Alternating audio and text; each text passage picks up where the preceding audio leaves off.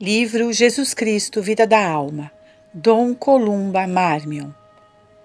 B. A vida para Deus. 5. A verdade na caridade.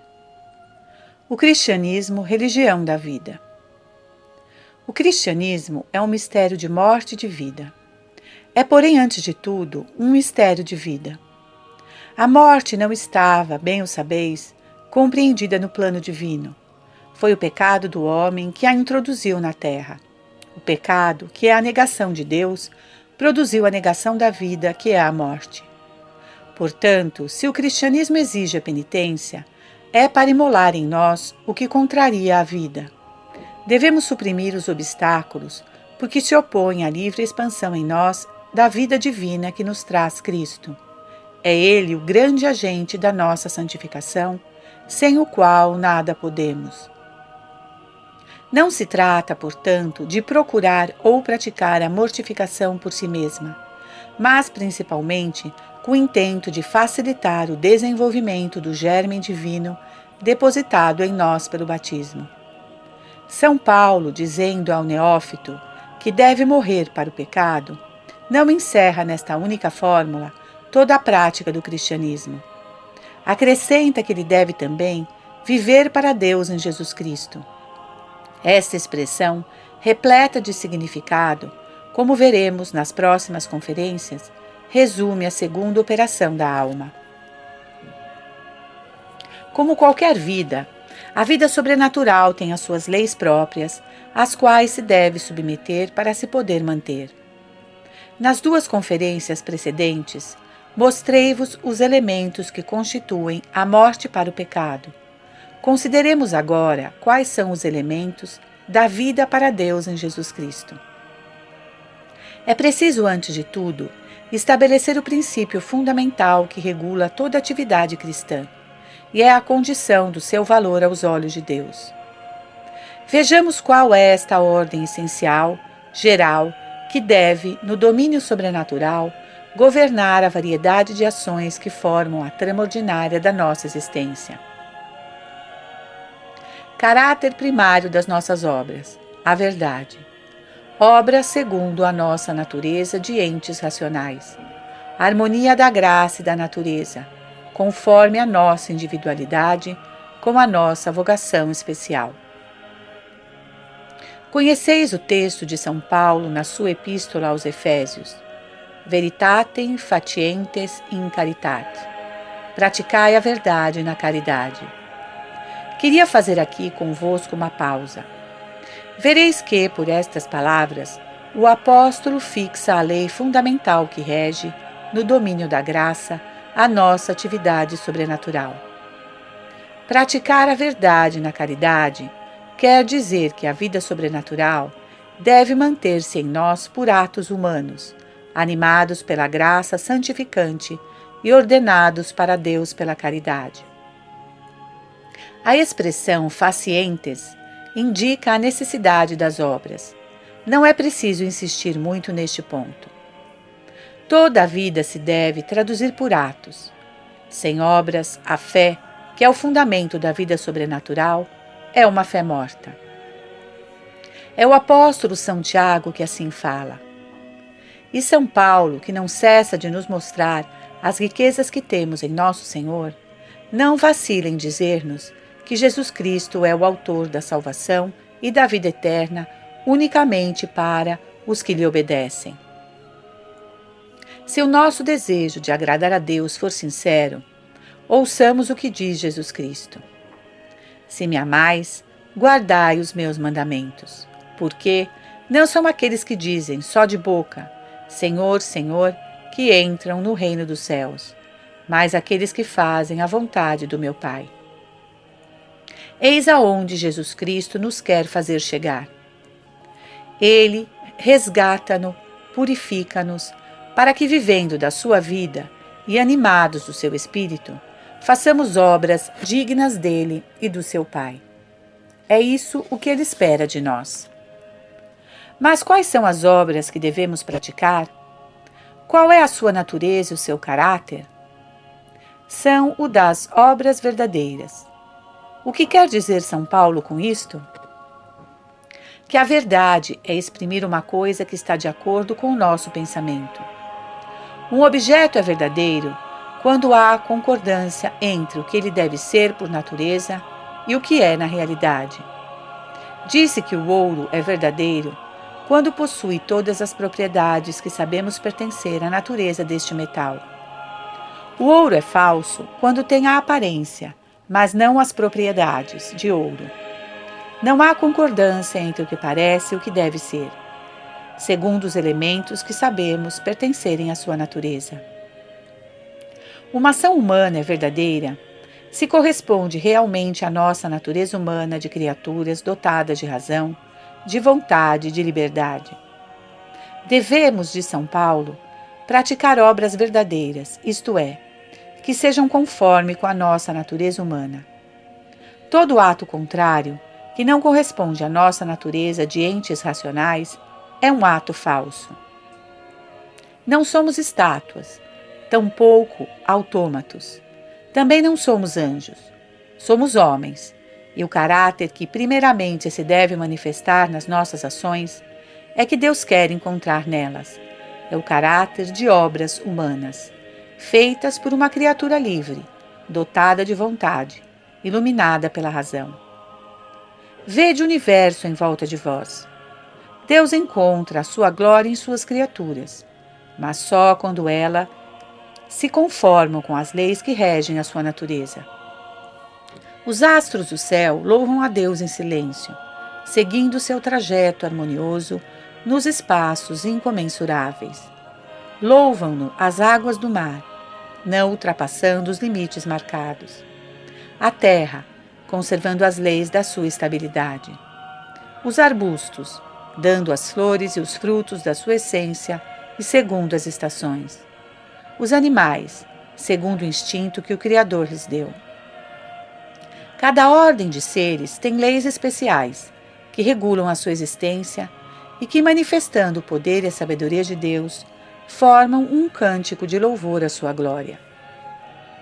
O homem, enfim, constituído pelo Senhor, Rei da criação, tem leis que dão à sua natureza e atividade a qualidade de criatura racional. Como todas as criaturas, o homem foi feito para glorificar a Deus, mas só o pode glorificar praticando atos conformes à sua natureza. É assim que o homem corresponde ao ideal que Deus teve ao criá-lo, e glorifica a Deus e lhe é agradável. Ora, o homem é, por natureza, um ser racional. Não pode, como animal, desprovido de razão, agir só por instinto. O que o distingue de todos os outros seres da criação terrestre é ser dotado de razão e de liberdade. Portanto, no homem, a razão deve ser soberana, mas na qualidade de criatura, sujeita por sua vez à vontade divina, de quem depende e que se manifesta pela lei natural e pelas leis positivas. Para ser verdadeira, e a primeira condição exigida para ser agradável a Deus, toda ação humana deve, pois, ser conforme com a nossa condição de criaturas livres e racionais, sujeitas à vontade divina. Aliás, não corresponde à nossa natureza às propriedades que dela derivam, às leis que a regem. É falsa. Não esqueçais que a lei natural é essencial na ordem da religião. Deus podia não me criar, mas depois de ter sido criado, sou e permaneço criatura, e as relações que nascem para mim desta qualidade são imutáveis. Não se pode conceber, por exemplo, que um homem possa ter sido criado e que lhe seja lícito blasfemar contra o seu Criador. Este caráter de ato humano, inteiramente livre, mas de acordo com a nossa natureza e com o último fim da nossa criação, e por conseguinte, moralmente bom, é o que primeiro deve distinguir as nossas obras aos olhos de Deus. Para proceder como os cristãos, devemos primeiramente proceder como homens. E isto não é sem importância. Sem dúvida, um cristão perfeito cumprirá necessariamente os seus deveres de homem, pois a lei do Evangelho encerra e aperfeiçoa a lei natural. Mas há almas cristãs, e não só entre os simples fiéis, mas entre as religiosas, os religiosos e os sacerdotes, exatas até o escrúpulo nas práticas de piedade que escolheram e que pouco se importam em certos preceitos da lei natural. Essas almas se esforçarão para não faltar aos exercícios de piedade. Isso é excelente. Mas, por exemplo, não deixarão de atacar a reputação do próximo, de mentir, de faltar à palavra dada, de alterar o pensamento de um autor, de não respeitar as leis da propriedade literária ou artística, de adiar, muitas vezes com perigo da justiça, o pagamento das dívidas, de não observar exatamente as cláusulas de um contrato. Estas almas, nas quais, segundo a palavra de um célebre homem de Estado inglês, Gladstone, a religião eclipsa a moralidade. Estas almas não compreenderam o preceito de São Paulo. A falta de lógica na vida espiritual, a falsidade. Esta falsidade pode ser, em muitas dessas almas, inconsciente, mas não deixa por isso de ser nociva. Porque Deus não acha nelas aquela ordem que quer ver reinar em todas as suas obras. Portanto, devemos ser verdadeiros. É a base primordial sobre a qual trabalha a graça. Como sabeis, a graça não destrói a natureza. Apesar de termos recebido, pela adoção divina, como que um novo ser, nova criatura, a graça que deve ser em nós a fonte e o princípio de operações novas e sobrenaturais, supõe a natureza e as operações próprias que dela derivam. Em vez de se chocarem, a graça e a natureza, no que esta última tem de bom e de puro, harmonizam-se, conservando, porém, cada uma o seu caráter e a sua beleza própria. Contemplai o que se passa com Jesus Cristo, pois é sempre para Ele que devemos olhar em tudo. Não é Ele o modelo de toda a santidade? Ele é Deus e homem. O seu estado de Filho de Deus é a fonte de que deriva o valor divino de todos os seus atos, mas é homem também. Perfectus homo. A sua natureza humana, conquanto unida de uma maneira inefável à pessoa do Verbo, não perdia de forma alguma a sua atividade própria, o seu modo especial de operar. Essa natureza era a fonte de ações humanas, perfeitamente autênticas. Jesus Cristo orava, trabalhava, alimentava-se, sofria, descansava. Eram ações humanas, que mostravam ser nosso Senhor verdadeiro homem. Direi mesmo que ninguém foi tão homem como ele, pois a sua natureza humana era de incomparável perfeição. Somente nele a natureza humana subsistia na divindade. Algo de análogo se produz em nós. A graça não suprime nem destrói a natureza, nem na sua essência, nem nas suas boas qualidades. Constitui, sem dúvida, um novo estado, infinitamente superior ao nosso estado natural, no qual está unido. Quanto ao fim, que é sobrenatural, e as forças que servem para o atingir, realizou-se em nós uma profunda modificação, mas a nossa natureza não ficou com isso perturbada nem diminuída. É pelo exercício das nossas próprias faculdades, inteligência, vontade, coração, sensibilidade, imaginação, que a nossa natureza humana, mesmo ordenada da graça, deve executar as suas ações. Mas esses atos, que derivam da natureza, são pela graça elevados a ponto de serem dignos de Deus. Devemos ser o que somos, viver como criaturas livres, racionais. É esse o primeiro elemento da verdade das nossas ações. Acrescentarei: devemos viver de um modo que corresponda à nossa individualidade. A nossa vida sobrenatural devemos conservar da nossa personalidade o que ela tem de bom. É uma parte dessa verdade, dessa sinceridade, que reclama a vida da graça. A santidade não é uma forma única em que devem desaparecer as qualidades naturais que caracterizam a personalidade de cada um para representar em seguida um tipo uniforme. Pelo contrário, Deus, ao criar-nos, dotou cada um de nós de dons, talentos, privilégios. Cada alma tem a sua beleza natural particular. Esta brilha pela inteligência, aquela distingue-se pela firmeza de vontade. Uma terceira atrai pela sua imensa caridade. A graça respeitará essa beleza como respeita a natureza, que é o seu fundamento. Somará somente ao seu esplendor natural um brilho divino que a eleve e transfigura. Deus, na sua operação santificante, respeita a obra que criou, pois foi Ele quem quis esta diversidade. Cada alma traduz um pensamento divino e tem o seu lugar particular no coração de Deus.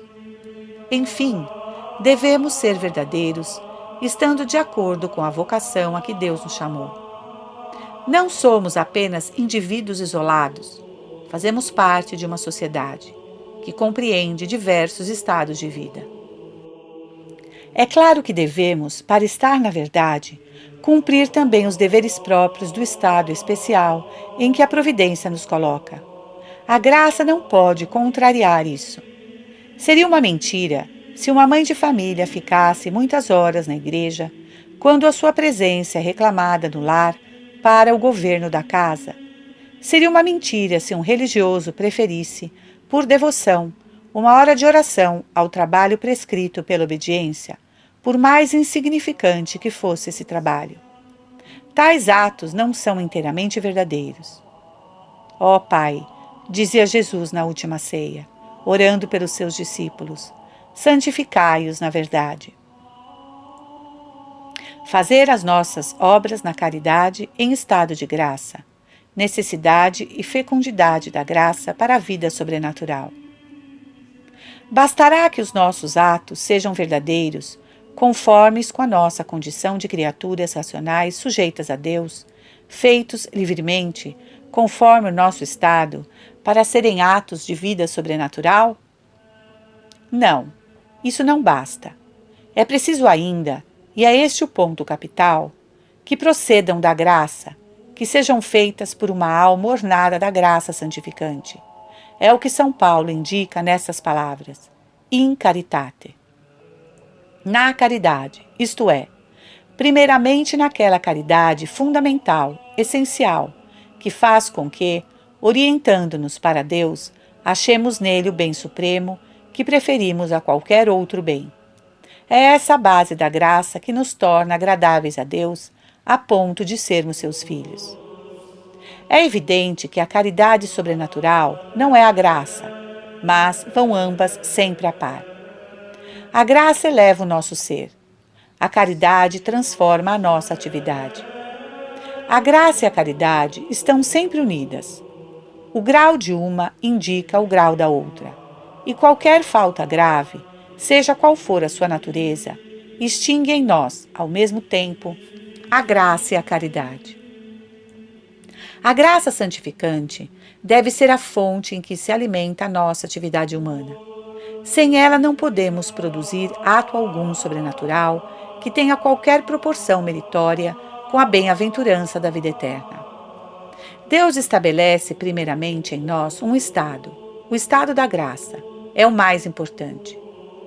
Um ser só age em virtude da sua natureza. Não fazemos ações humanas se não possuirmos primeiramente a natureza humana.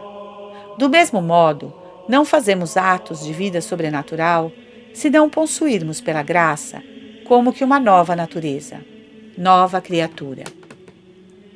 Vede um homem estendido no chão. É possível que esteja apenas adormecido, mas pode ser também um cadáver. Se estiver adormecido, pode acordar em breve. Todo o seu corpo se porá em movimento, as suas energias naturais irão se manifestar. Por quê? Porque conserva ainda em si a fonte de que emanam as energias que o animam, isto é, a alma. Se, porém, a alma estiver ausente, o corpo não terá já movimento nenhum. Podereis sacudi-lo, ficará na inércia fria de cadáver. Nenhuma atividade sairá deste corpo de morte. O princípio vital de que emanam as suas energias abandonou-o. O mesmo se dá com a vida sobrenatural. A graça santificante é o princípio interior de que emana toda atividade sobrenatural. Se a alma possuir esta graça, pode produzir atos de vida sobrenatural meritórios. Sem ela, a alma é, aos olhos de Deus, uma alma morta. Jesus fez uma comparação que nos faz entender bem esta função da graça em nós. Nosso Senhor gostava de se servir de imagens que tornam a verdade fácil de compreender. É depois da ceia. Nosso Senhor deixa o cenáculo com seus discípulos e encaminha-se para o Monte das Oliveiras. Ao deixar a cidade, na estrada, atravessa uma colina coberta de videiras. Esta vista inspira Jesus Cristo seu último discurso. Vedes estas videiras? Diz aos apóstolos. Pois bem, a verdadeira videira sou eu. Vós sois os ramos. Aquele que permanece em mim e eu nele, esse dá muitos frutos, porque sem mim nada podeis fazer. Assim como o ramo não pode dar frutos, se não estiver unido ao tronco, assim também vós, se não estiverdes unidos a mim pela graça. A graça é a seiva que sobe da raiz para os ramos. Os frutos não estão na raiz, nem no tronco, mas no ramo. No ramo unido à raiz pelo tronco, e que tira da raiz a seiva que o alimenta. Quebrai o ramo, separai-o do tronco. Não recebendo a seiva, seca e torna-se lenha morta, incapaz de dar o menor fruto. O mesmo se dá com a alma que não possui a graça, pois não está unida a Jesus Cristo. Não tira dele aquela seiva de graça sobrenatural que a tornaria sobrenaturalmente viva e fecunda. Não esqueçais, só Jesus Cristo é a fonte da vida sobrenatural. Toda a nossa atividade, toda a nossa existência só tem valor para a vida eterna enquanto estamos unidos a Jesus Cristo pela graça. Sem ela, podemos sim agitar-nos, consumir-nos, fazer as ações mais brilhantes aos olhos dos homens. Diante de Deus, toda essa atividade será sem fecundidade sobrenatural, sem merecimento para a vida eterna.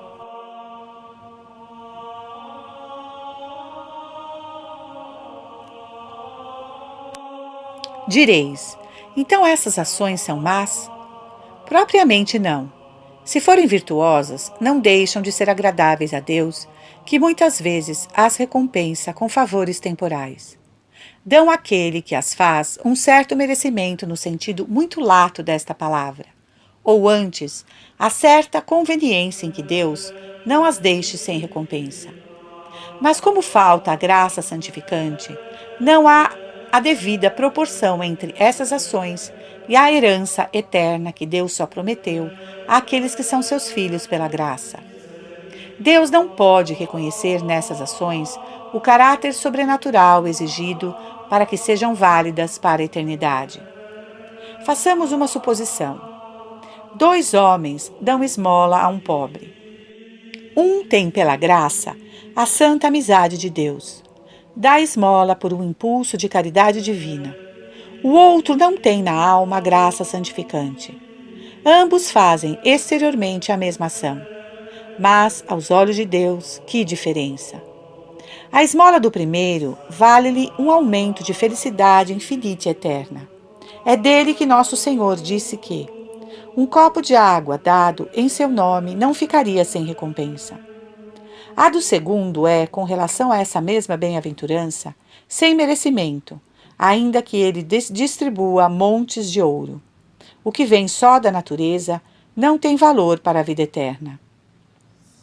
Por certo que Deus, bondade personificada, não deixará de ver com indulgência os atos virtuosos do pecador, sobretudo quando forem atos de caridade para com o próximo, feitos não por ostentação humana, mas por um movimento de compaixão para com os infelizes.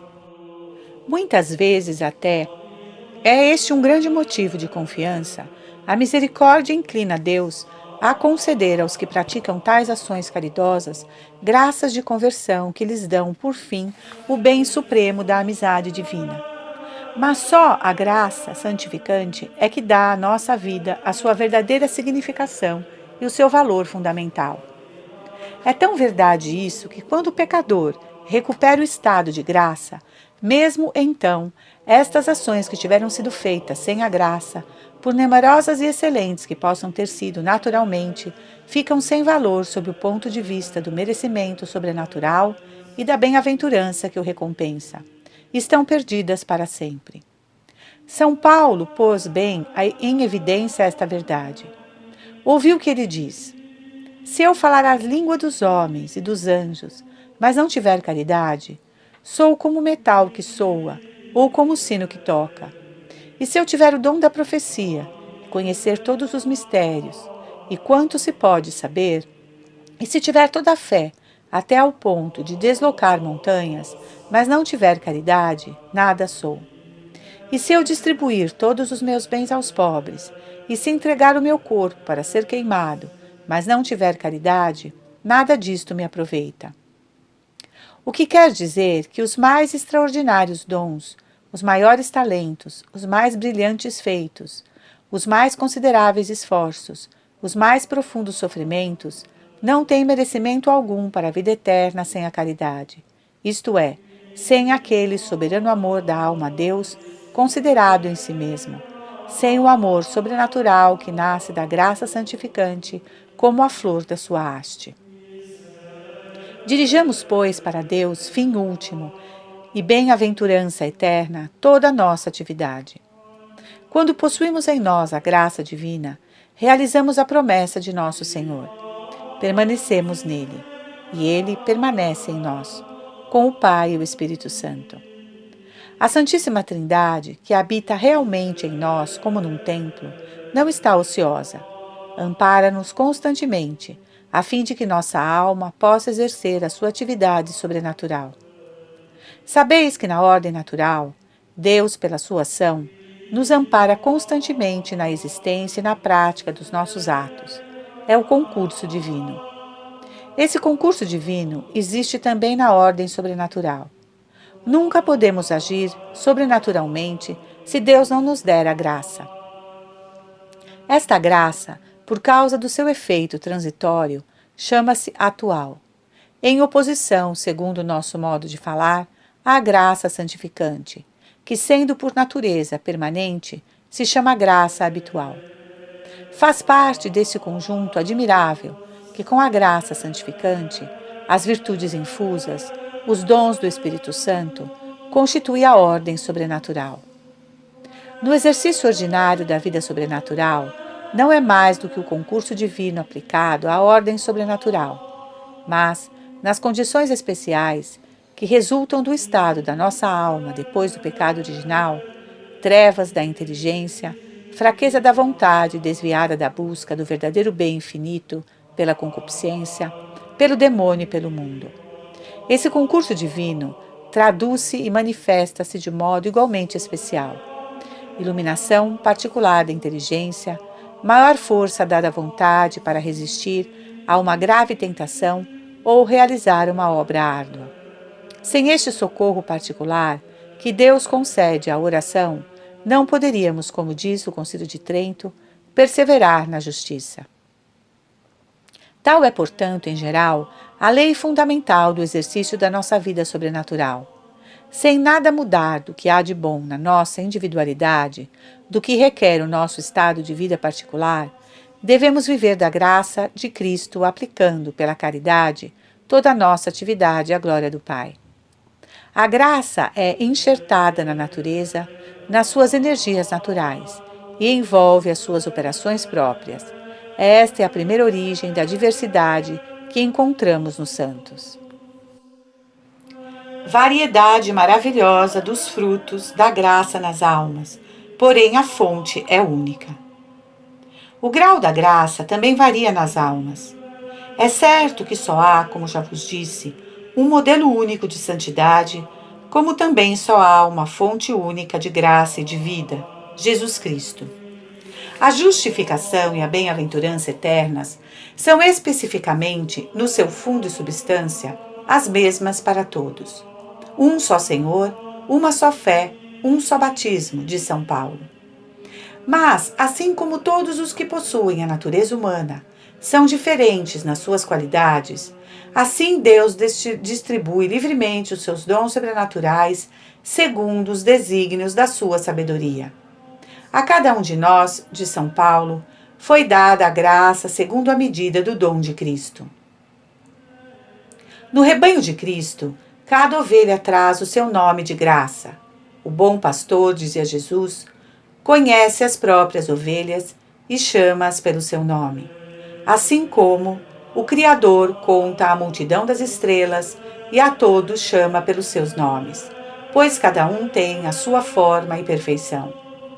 De um mesmo Espírito de São Paulo, cada alma recebe graças diferentes.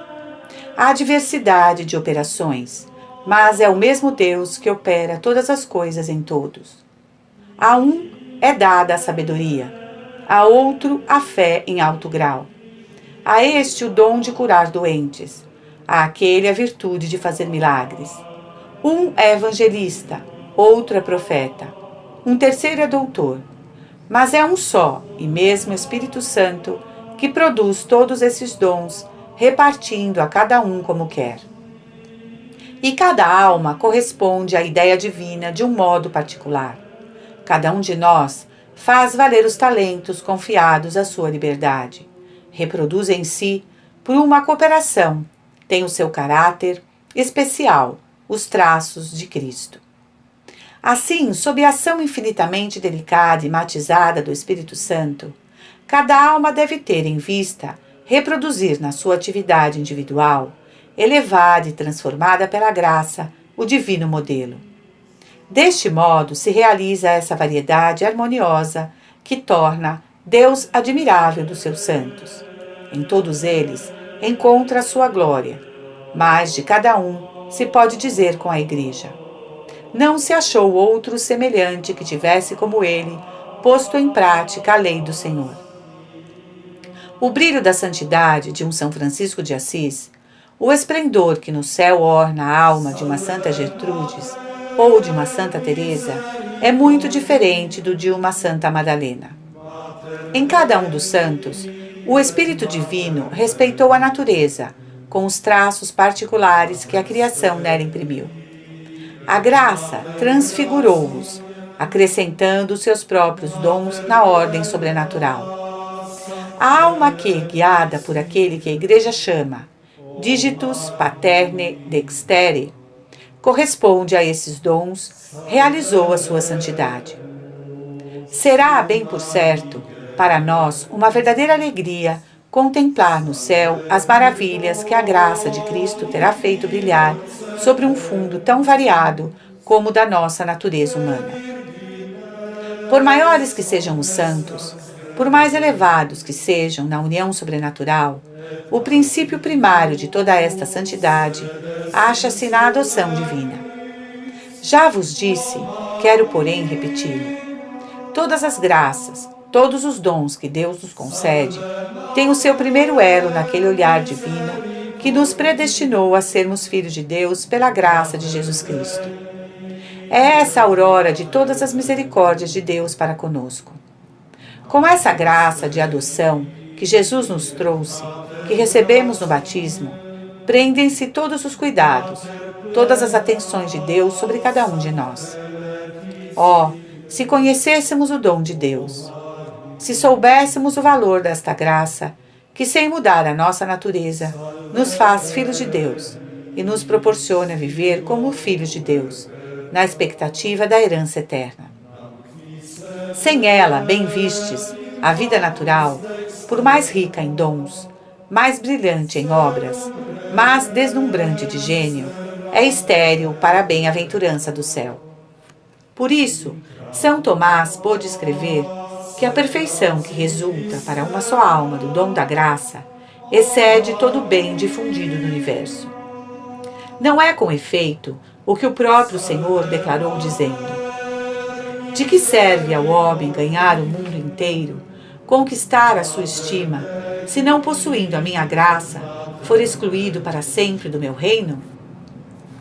A graça é o princípio da nossa verdadeira vida, a semente da glória futura, o verdadeiro germe da eternidade bem-aventurada. Compreendemos assim que joia inestimável é para a alma a graça santificante. É uma pérola preciosa, cujo brilho é todo devido ao sangue de Jesus. Compreendemos que o nosso Divino Salvador tenha lançado tão terríveis anátemas contra aqueles que, pelos seus escândalos, arrastam uma alma ao pecado e lhe fazem perder a vida da graça.